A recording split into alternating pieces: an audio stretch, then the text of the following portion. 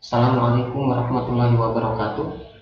Halo teman-teman semua, kembali lagi kita akan melanjutkan materi pada mata kuliah vulkanologi dan geologi geotermal. Dan kali ini kita akan membahas terkait klasifikasi erupsi gunung api. Kita akan melihat apa saja jenis atau tipe erupsi yang secara umum ada di dunia.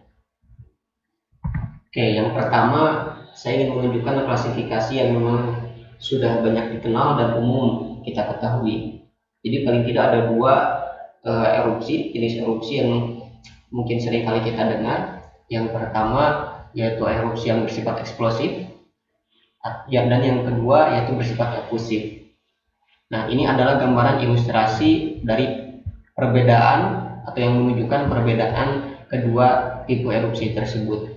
Nah, pada erupsi efusif, proses yang terjadi adalah secara umum adanya lava yang memancar ke permukaan, kemudian dia mengalir.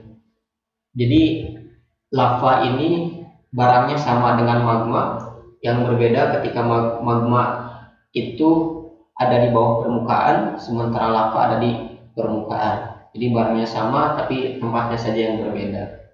Nah, ketika magma naik ke permukaan, kemudian dia akan keluar, memancar, dan mengalir. Nah, itu karakteristik dari erupsi yang tipenya efusif. Nah, sementara untuk erupsi yang bersifat eksplosif, ketika magma naik ke permukaan, akibat dia meletus dengan tingkat eksplosivitas atau erupsi dengan tingkat eksplosivitas yang tinggi, magma akan cepat membeku sehingga membentuk produk yang dinamakan dengan piroklastik. Nanti akan kita bahas pada pertemuan selanjutnya terkait produk erupsi ini. Nah, tapi secara umum perbedaan dari keduanya, pada erupsi efusif yang cenderung terjadi adalah adanya lava yang mengalir. Sementara pada eksplosif, produk yang utama dihasilkan adalah piroklastik. Nah, piroklastik ini ketika dia terbentuk pada erupsi dengan tingkat eksplosivitas yang tinggi, maka dia akan menghasilkan suatu kolom erupsi atau aliran piroklastik yang mungkin seringkali kita kenal yang ada di negara kita yang dinamakan dengan Wudhu Gembel di Gunung Merapi. Nah, ini adalah gambaran real jenis erupsi eksplosif dan efusif. Untuk jenis erupsi yang efusif, contoh yang sangat baik itu adalah gunung api yang ada di Hawaii. Ini adalah contoh dari erupsi yang bersifat efusif. Jadi adanya pancaran lava kemudian mengalir. Nah, sementara ini adalah contoh dari erupsi yang bersifat eksplosif. Ini adalah letusan Gunung Merapi pada tahun 2010. Oke, nah ternyata setelah diamati pada satu tipe erupsi yang sama, misalkan ambil contoh di erupsi yang bersifat eksplosif, ternyata ada perbedaan karakteristik erupsi, tetap ada perbedaan. Misalkan walaupun keempat erupsi ini bersifat eksplosif, tetapi yang satu dia memiliki kolom erupsi yang lebih tinggi, yang satu sedang, yang satu kecil, dan bahkan yang satu dia cenderung tidak membentuk kolom erupsi, tapi dia cenderung mengalir ke satu sisi gunung api saja. Nah, atas dasar ini kemudian mulai muncullah pengklasifikasian yang lebih detail. Jadi klasifikasi erupsi dilakukan secara lebih detail dibandingkan dengan ketika kita hanya mengklasifikasikan ke dalam dua tipe, yaitu eksplosif dan efusif.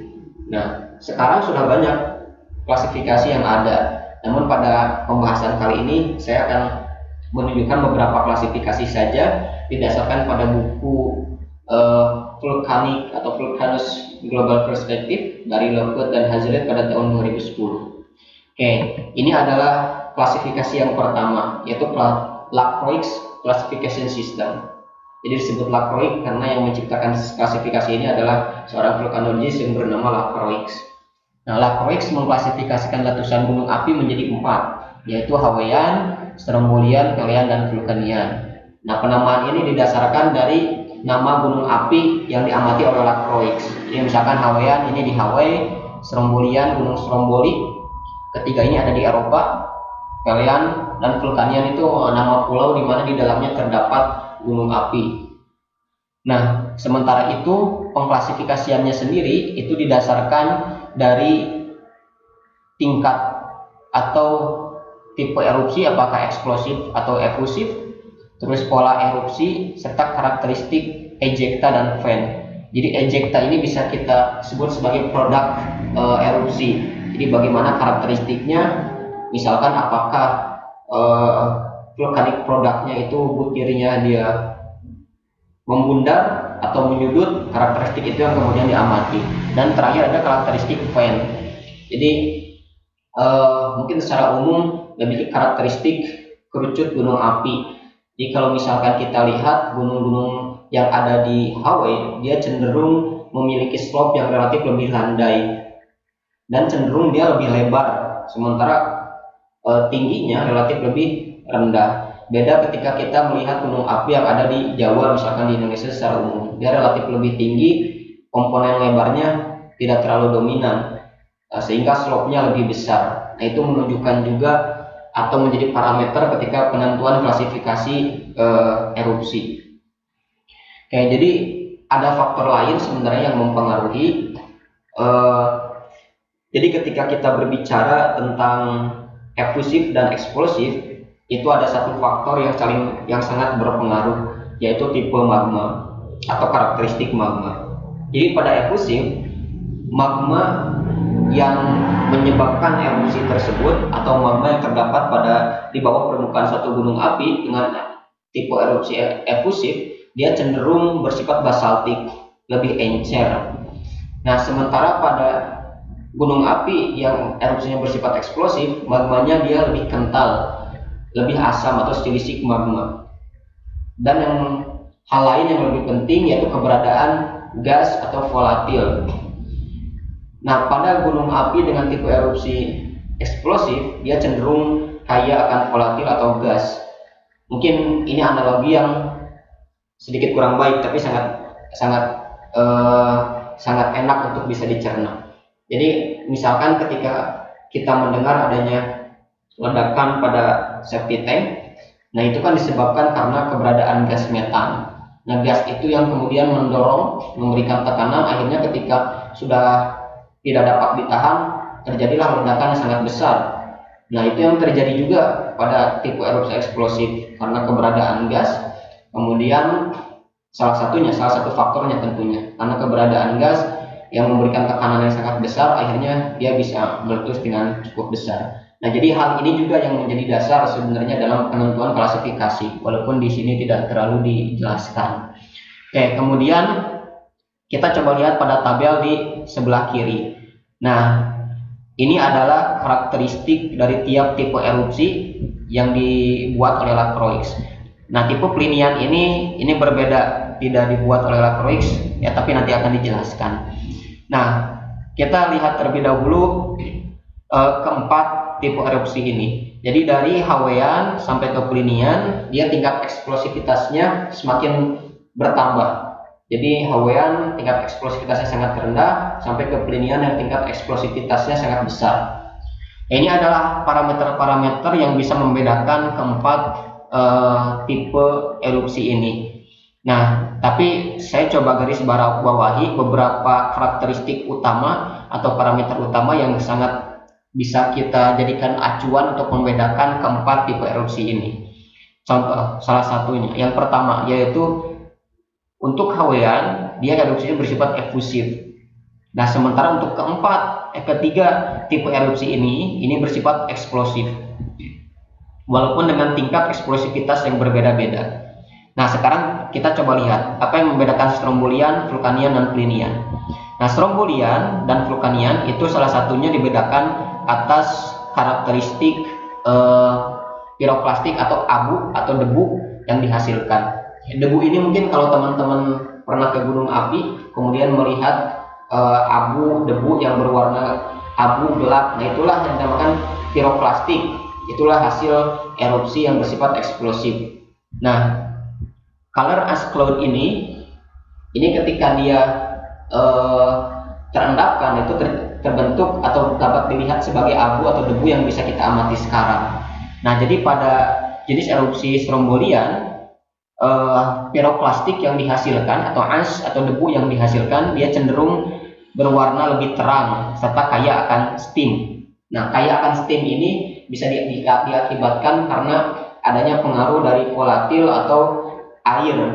Jadi air itu ada air yang ada di bawah permukaan yang berasal dari air tanah, bisa air yang ada di permukaan yang berasal dari danau kawah. Jadi kawah itu kalau terisi air hujan kan tergenang air di dalamnya. Nah, ketika dia dipanaskan oleh magma, nah dia bisa membentuk atau berasosiasi dengan letusan atau dengan magma atau dengan produk hasil erupsi sehingga membentuklah steam di campuran dari fluida air dengan produk erupsi.